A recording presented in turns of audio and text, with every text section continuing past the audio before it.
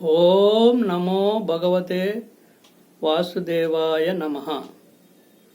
శ్రీమద్ భగవద్గీత ఈరోజు 32వ భాగం గురించి వివరించబడును.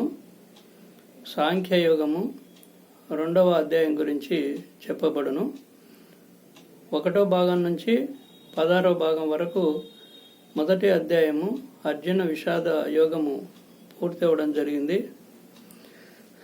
మానవులందరూ కూడా మరి ఈ యొక్క పోయిన జన్మలో చేసినటువంటి దోషాలు కానివ్వండి, తప్పులు కానివ్వండి, పాపాలు కానివ్వండి, ఇలాంటివన్నీ కూడా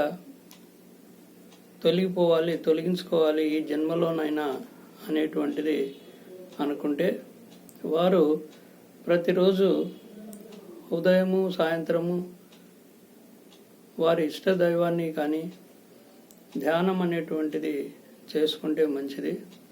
ఆ ధ్యానంలో కూడా మీరు చేయవలసినటువంటిది, భగవంతుడా, ఈరోజు నేను ఈ యొక్క ప్రపంచంలోకి అడుగు పెట్టబోతున్నాను, ఎలాంటి దోషాలు లేకుండా చేయండి. అదేవిధంగా ఈ ప్రపంచ వ్యామోహంలో పడి నేను ఎలాంటి మిమ్మల్ని మర్చిపోకుండా ఉండండి అని వేడుకోవడము. అదేవిధంగా నిన్నటి దినమున ఏ రోజైనా ఏమైనా తప్పులు పాపాలు ఏమైనా చేసింటే వాటిని ఈరోజు సరిదిద్దుకొని ఉండడం అనేటువంటిదే ఈ యొక్క ధ్యానం అని చెప్పడం అనేటువంటిది జరుగుతుంది. ప్రతిరోజు చేసుకుంటే మంచిదే. ఉత్తరప్రదేశ్లో ఒక అతను 15 రోజులు అతను ఊర్లో ఉండడం లేదు. ఒక కోర్టు పని మీద అతను వేరే ఊరికి వెళ్ళడం అనేటువంటిది జరిగింది.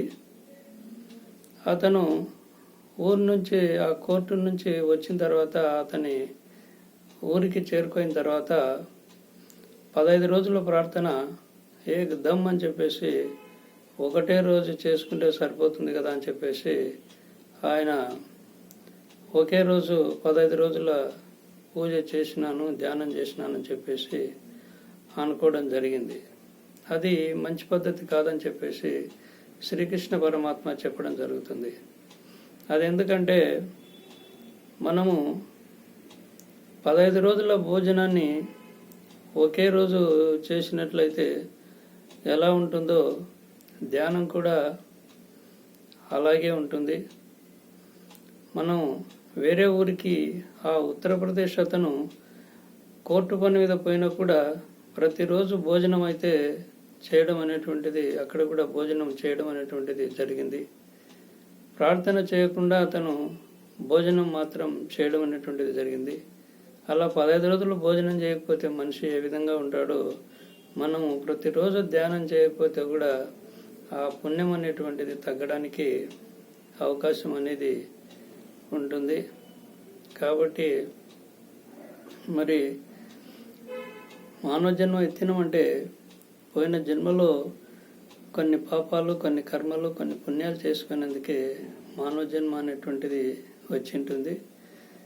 ఈ మానవ జన్మ నుంచి మరి ఒకవేళ మన పుణ్యాలు తగ్గిపోతే మళ్ళీ ఏదో ఒక జన్మలో మనం ప్రవేశించవలసే ఉంటుంది. కాబట్టి ఆ వచ్చే జన్మనన్న కనీసం కొన్ని పుణ్యాలన్నా చేసుకోవడం వలన వచ్చే జన్మలో వచ్చేటువంటి రూపమైన కూడా ఒక మంచి, అంటే ఒక కుక్కగా పుట్టిన కూడా ఏదో ఒక రాజుగారి ఇంట్లోనో లేకపోతే బాగా మంచి ఉన్నతమైన కుటుంబంలో ఉన్నటువంటి వాళ్ళ దాంట్లో వస్తే బాగుంటుందని చెప్పేసి అనుకోవడానికి అవకాశం ఉంటుంది. కాబట్టి అలా ప్రతిరోజు ఉదయం చేసుకుంటూ రాత్రి కూడా మళ్ళీ పరుండేటప్పుడు, భగవంతుడా, ఈరోజు నేనేమైనా చేయరాని తప్పులు ఏమన్నా చేశానా, ఏమన్నా దోషాలు తప్పులు చేసింటే క్షమించని చెప్పేసి పండుకొని ఆ తప్పులను మనం మరుసటి రోజు చేయకుండా ఉంటే ఇది ఉంటుంది.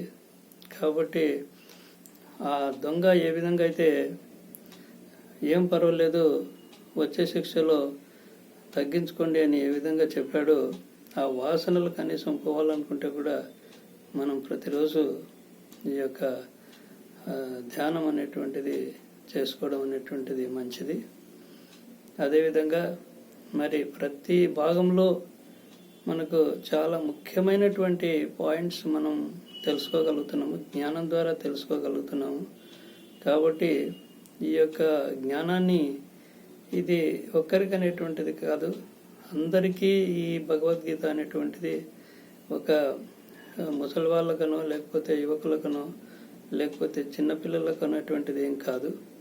ప్రతి ఒక్కరికి ఈ యొక్క భగవద్గీత అనేటువంటిది చాలా తెలుసుకోవాల్సినటువంటి అవసరం చాలా ఉంది. కాబట్టి మీరు కూడా కొన్ని పాటిస్తూ అదేవిధంగా మరి ఇతరులకు కూడా తెలియచేస్తే కూడా ఇంకా మీరు మంచి చేసిన వాళ్ళు అవుతారు.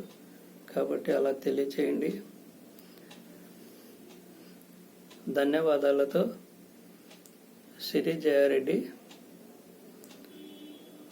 ఓం నమో భగవతే వాసుదేవాయ నమః.